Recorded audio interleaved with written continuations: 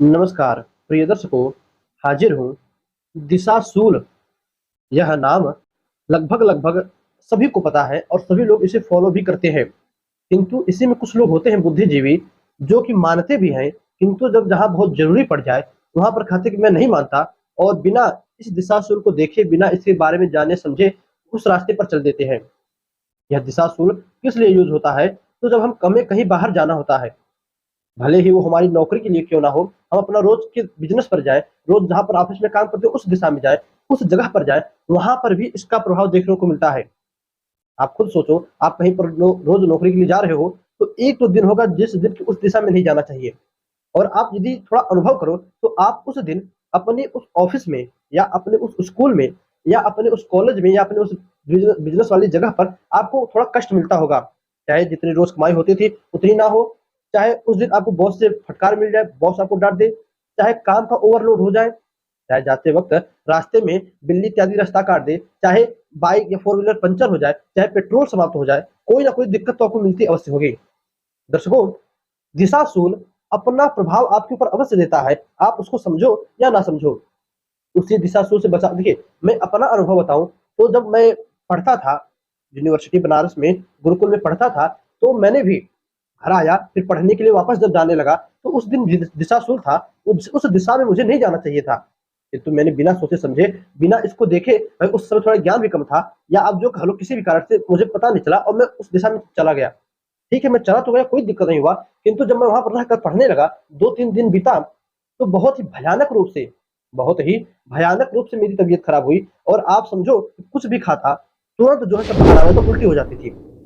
स्थिति इतनी बेकार हो गई कि हॉस्पिटल में एडमिट होने तक का समय आ गया था।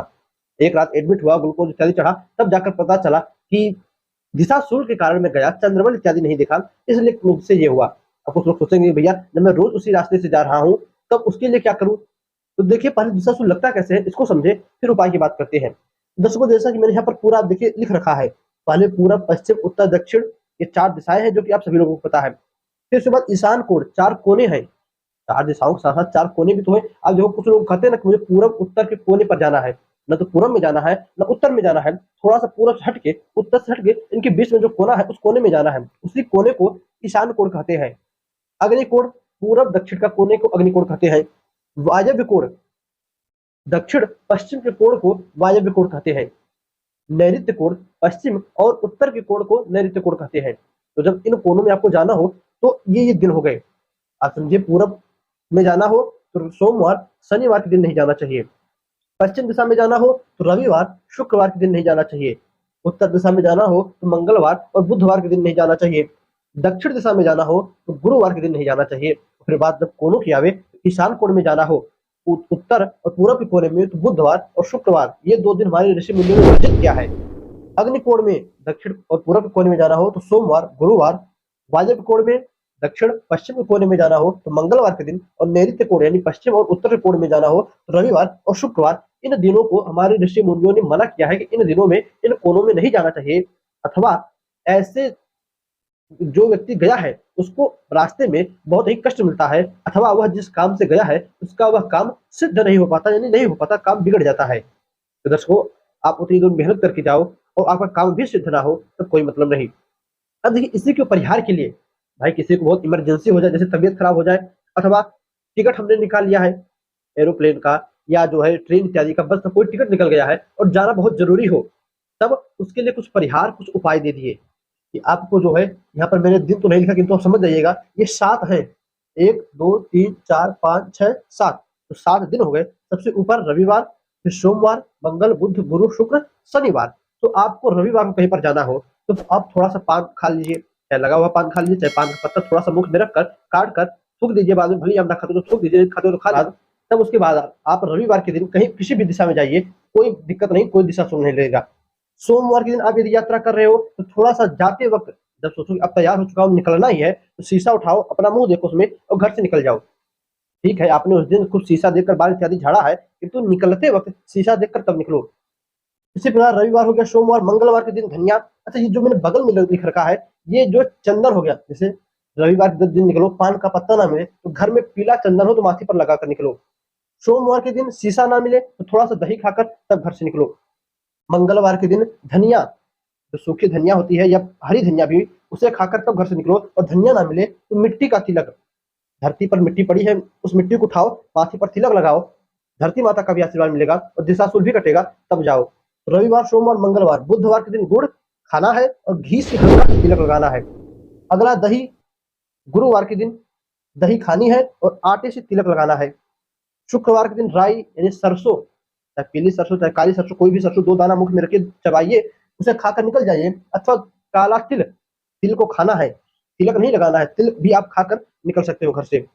और शनिवार के दिन अदरक, अदरक आदि जिसे कहते हैं, जो चाय में पड़ती है, उस आदि को खाकर निकलना है। अथवा खरी आती है, उस खरी से तिलक लगाना है।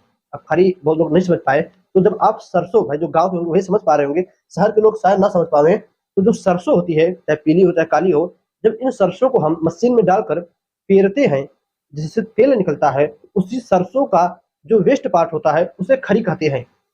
वो खरी मिल जाए तो थोड़ा सा तोड़कर तिलक लगाकर तब आप घर से बाहर निकलिए। तो दर्शकों, ये दिशाशूल था, ये उसका परिहार था। आप वीडियो को सेव कर लीजिएगा, आपको बहुत ही भविष्य में काम देगा।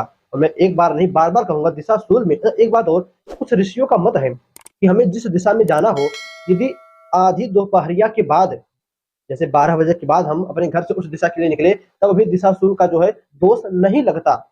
तो दर्शकों, जब आपको जाना ही है तो आप इन उपायों को करके, इन परिहारों को करके निकलिए, तब इस दोष में बड़ी ही न्यूनता आ जाती है, बड़ी ही कमिता आ जाती है। तब आपको कोई भी किसी भी प्रकार का दोष नहीं लगेगा। आप जिस काम से गए हो, आपका वह काम भी सिद्ध होगा। दर्शकों, बस आज के लिए इतना ही। उम्मीद करता हूँ इस, देखिए भले ही छोटे छोटे टॉपिक हो, किंतु ये भी आए दिन आपके प्रति। अच्छा, एक बात मैंने और कही थी, मान लो यदि कोई रोज काम पे जावे, बिजनेस के लिए जावे, दुकान के लिए, ऑफिस के लिए, उसी दिशा में जावे, उसके लिए क्या करना चाहिए? उसके लिए एक हमारे जो मतांतर कह रहा हूं मैं, हमारे जो ऋषि हैं, मैत्रेय मुनि, यह भगवान व्यास जी के या सूत जी के शिष्य हैं। इन्होंने विदुर जी को कथा, भागवती कथा सुनाई थी। उसी के अंतर्गत उनका एक वाक्य मिलता है। यह कहते हैं कि यदि दिशाशूल के लिए आप रोज उसी दिशा में जा रहे हो और आपको दिशाशूल से बचना हो, तो आप घर से निकलते वक्त यह देखिए कि आपकी कौन सी नासिका की स्वर चल रहा है। यानी नासिका, नाक में 2 छिद्र है, तो कौन सा स्वर चल रहा है? सांस किससे बाहर भीतर आ रहा है, दाहिने से कि बाएं से? तो जो चल रहा हो उसी पैर को आगे बढ़ाकर आप घर से बाहर निकल जाइए। हमेशा भगवान ने भले ही 2 छिद्र दिया हो, तो हमेशा सांस हमारी एक से ही आती जाती रहती है। दूसरा या तो बंद रहेगा या तो एक्टिव ही नहीं रहेगा। और जब दोनों एक्टिव रहते हैं, तब उस समय देखिए कि किससे सांस अंदर जा रही है, बाहर छोड़े उससे नहीं, किससे सांस अंदर जा रही है, उसी पैर को आगे बढ़ाकर आप बाहर निकल जाइए। दर्शकों, उम्मीद करता हूँ आपने पूरे टॉपिक को, पूरे कार्यक्रम को अच्छे से समझा होगा। तो दर्शकों, बस आज के लिए इतना ही। याद दीजिएगा, मन में कोई प्रश्न रहा हो तो कमेंट कीजिएगा, कमेंट के माध्यम से आपका उत्तर दे दिया जाएगा। दर्शकों, बस आज के लिए इतना ही। याद दीजिए, मैं पुनः से मुलाकात होगी इसी प्रकार किसी नए ज्योतिषीय कार्यक्रम के साथ, उपाय के साथ, टोटकों के साथ, योगों के साथ। तब तक के लिए नमस्कार।